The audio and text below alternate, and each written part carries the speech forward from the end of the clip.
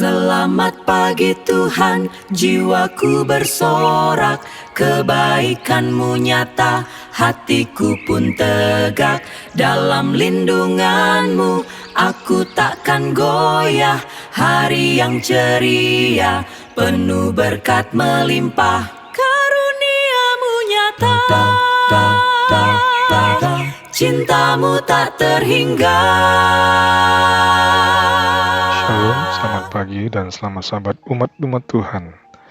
Renungan pagi pada tanggal 14 Maret 2026 berjudul Sabat dan Penglihatan Apokaliptik bagian ketiga. Sebelumnya mari kita berdoa. Bapa kami yang di surga, Bapa yang penuh kasih, kami berterima kasih atas anugerah kehidupan dan kesempatan untuk memulai hari ini bersama-Mu. Saat kami merenungkan firman-Mu, bukalah hati dan pikiran kami agar dapat memahami kebenaran-Mu dengan lebih dalam. Tuntunlah kami melalui Roh Kudus-Mu, agar kami dapat hidup setia kepada kehendak-Mu. Di dalam nama Yesus kami berdoa dan mengucap syukur. Amin. Yang menjadi ayat renungan terdapat dalam buku Wahyu 14 ayat 12. Yang penting di sini ialah ketekunan orang-orang kudus yang menuruti perintah Allah dan iman kepada Yesus. Dalam bacaan terakhir kita kemarin, kita melihat bahwa pada bulan Januari 1847, Joseph Bates telah menyimpulkan dari Wahyu 12 ayat 17 bahwa Tuhan tidak hanya akan memiliki umat di akhir zaman yang menghormati 10 perintah yang terdapat dalam tabut perjanjian Wahyu 11 ayat 19, tetapi juga bahwa naga akan berperang dengan mereka yang memelihara perintah tersebut. Tidak perlu banyak penelitian lagi untuk melihat bahwa konflik akhir zaman tercermin dalam ayat-ayat seperti Wahyu 13 ayat 7 dan 8 yang menggambarkan mereka yang menyembah binatang itu sebagai orang-orang yang memerangi mereka yang mengikuti anak domba. Dari Wahyu pasal 13 ia beranjak ke pasal 14 yang menggambarkan para penyembah anak domba akhir zaman sebagai orang-orang yang mengikuti anak domba itu kemana saja ia pergi. Ayat 4. Pada saat itu, Wahyu 14 menjadi titik fokus kajian Bates dalam tulisan edisi keduanya yang berjudul The 7 Days Sabbath, A Perpetual Sign. Sebelum melihat pada kesimpulannya, kita harus memperhatikan garis besar pasal 14 itu sendiri. Ayat 1-5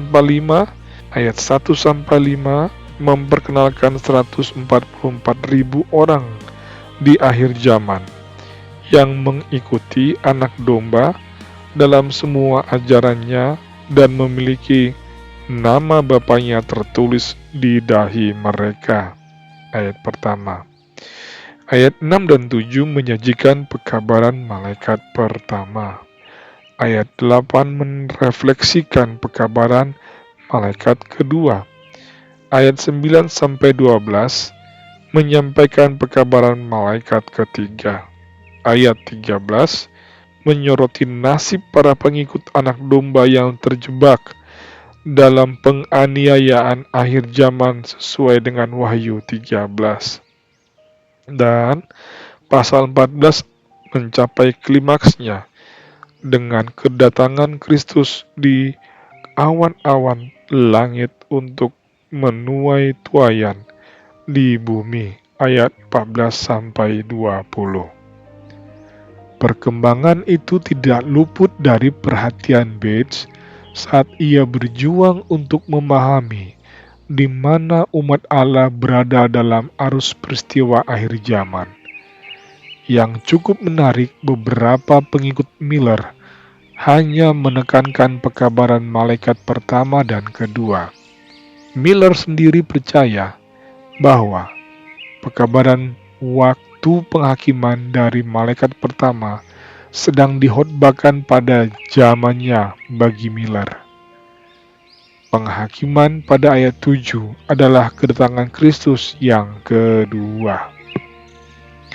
Charles Fitch mulai mengumumkan pekabaran malaikat kedua tentang kejatuhan Babel pada tahun 1843, ketika denominasi-denominasi mulai menganiaya orang-orang percaya akan kedatangan kedua.